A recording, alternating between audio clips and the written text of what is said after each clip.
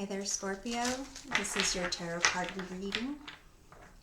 Hey there, Scorpio. This is your tarot card reading for the week of March 14th to March 20th, 2022. On March the 18th, there is going to be a full moon in Virgo. And the energy for you, Scorpio, will be in the 11th house of friendship.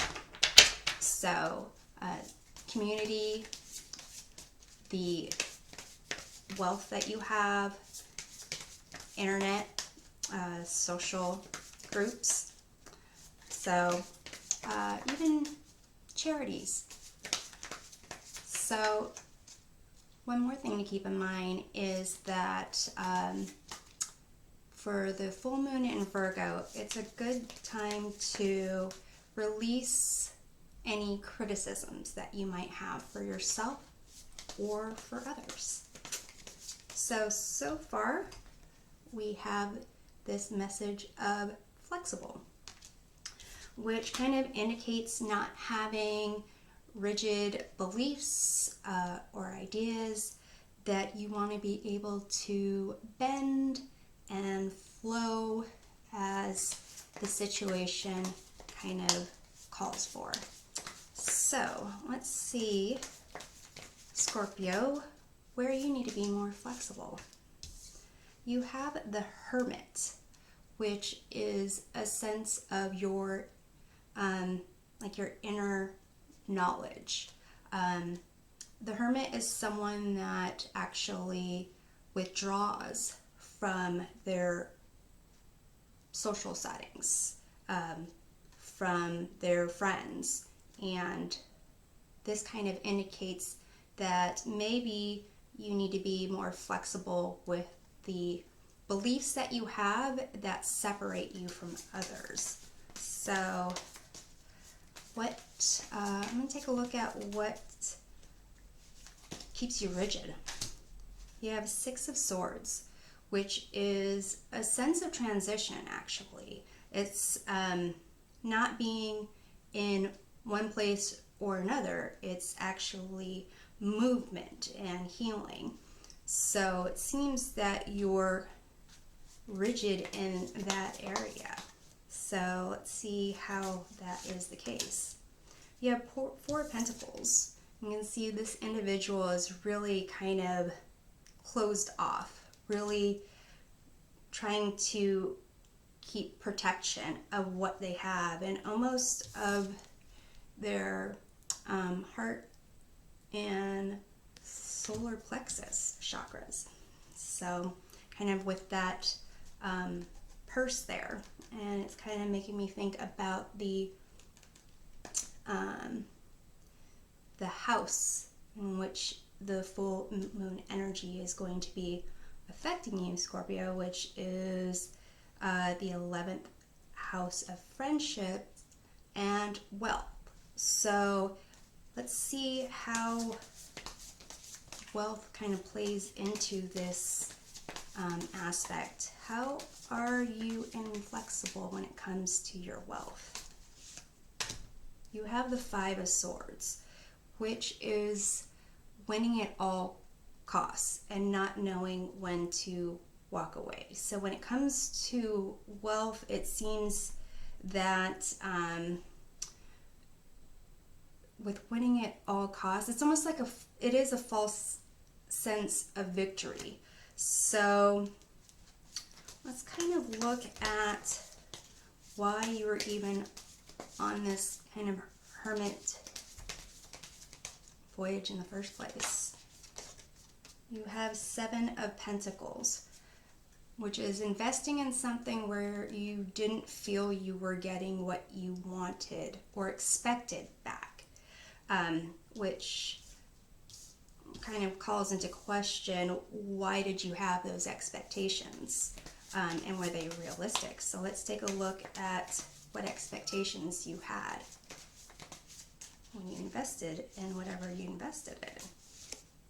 You had Ace of Wands, that it was going to be this new endeavor, cause like passion excitement, adventure. So let's take a look at what this was that you actually invested in. You have the Strength card, which usually is about yourself. And with the Hermit, it is kind of investing in yourself in the sense that you are kind of gaining wisdom and nourishing that knowledge. You kind of take it to the mountaintop, let it shine brightly. But with the Strength card, it's about recognizing all aspects of yourself that really weren't being acknowledged, maybe even brushed under the carpet. So let's see here. Were you investing in yourself? It could be. So then let's take a look again at, that doesn't really resonate with the Five of Swords. Let's go back to this Five of Swords and this idea of winning at all costs. How is that preventing you from really moving out of the Six of Swords? Let's take a look. You have the Four of Swords. So it seems like you are still in some healing process. There's something where maybe you were too rigid in the first place, and it really caused you to pull away from maybe a group of friends, and you need to kind of take time to recover from that. Even take a nap, do some meditation, just take some time to recover so you can move out of this transition period, and so that you can be more flexible. So I'm going to take a look at what is this connection between the Five of Swords and Seven of Pentacles. It's like a winning at all costs and disappointment at what you invested in, or not.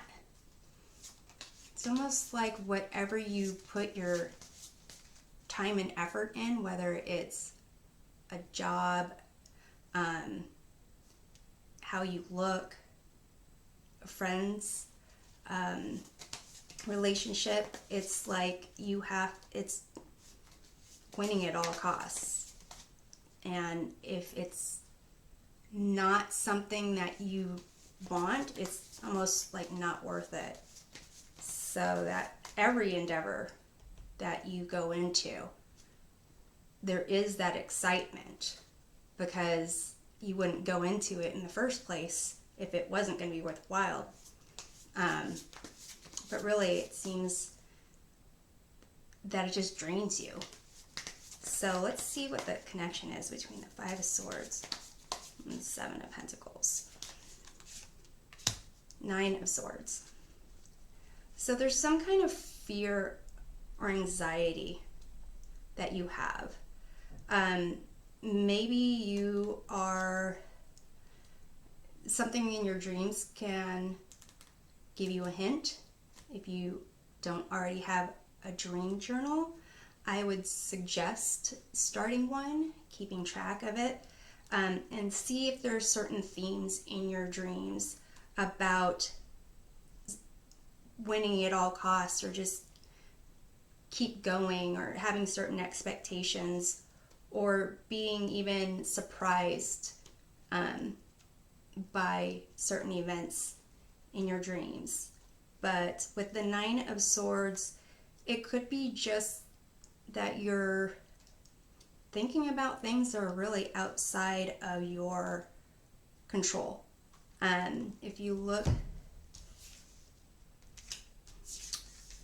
at these cards here, it's like the Hermit, Six of Swords, and Nine of Swords. It's kind of like one goes into the other type of the scene. So it could be that you're withdrawing because you're really stuck on certain concepts that are really outside of your control, maybe a sense of perfection. And if you have kind of headaches, if there's some kind of mental history of mental health issues, I would say talk to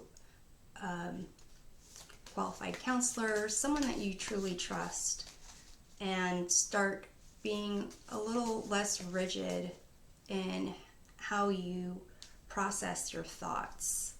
And let's see, if you kind of, let's attack this Nine of Swords here. If you can really get to the core of what this fear and anxiety is for you,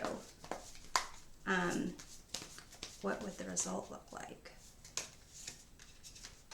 You have the Knight of Swords. It seems like it's this constant idea of going forward, seeking truth.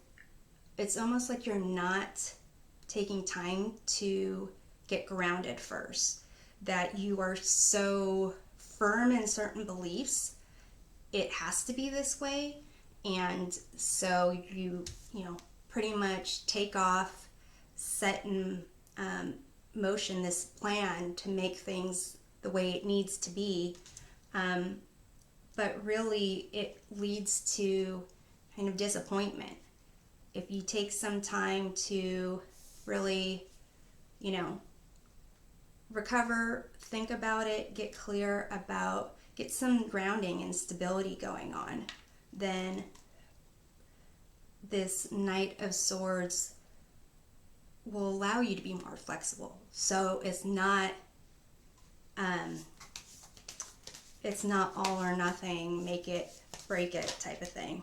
And this one extra card came out, which is the Ten of Pentacles, which is a sense of community and wealth, which is the house, the 11th house, where the full moon in Virgo is actually kind of going to have the energy for you here, Scorpio. So I'm sensing that this Nine of Swords might be criticism, self-criticism of not really accomplishing these things that you want to accomplish, but really were never firmly grounded in the first place, and that it really does affect your ability to feel at home somewhere and really connected to your community, and pretty much causes you to withdraw from others, because it's almost like you're constantly in this state of fixed idea,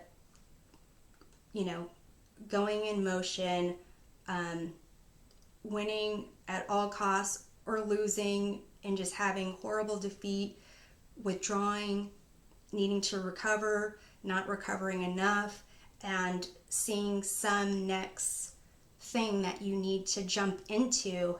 And really it's almost like the idea of getting it right is what kind of propels you into jumping forward into something, but you never had the opportunity to get grounded. So that's what I'm kind of sensing from these cards here. But I've given you a lot to think about, and I'm going to give you more, because I'm going to pull a card to see which animal totem can provide some guidance for you for the week of March 14th. you have grizzly bear power. I am indestructible. I honor my intuition and go where it leads. Love and greatness are my real strength. I never give up. I will succeed. Wow. So Scorpio, this is the sense of the all or nothing kind of just running into it. And it seems like it's going to be a part of your week and maybe a part of an ongoing journey for you. But in the meantime, figure out how to be a little bit more flexible in your grizzly bear power. If you want to get a fuller picture of things, be sure to take a look at your readings for your sun, moon, and rising signs. I hope this provides a helpful perspective, and we'll see you next time. Take care.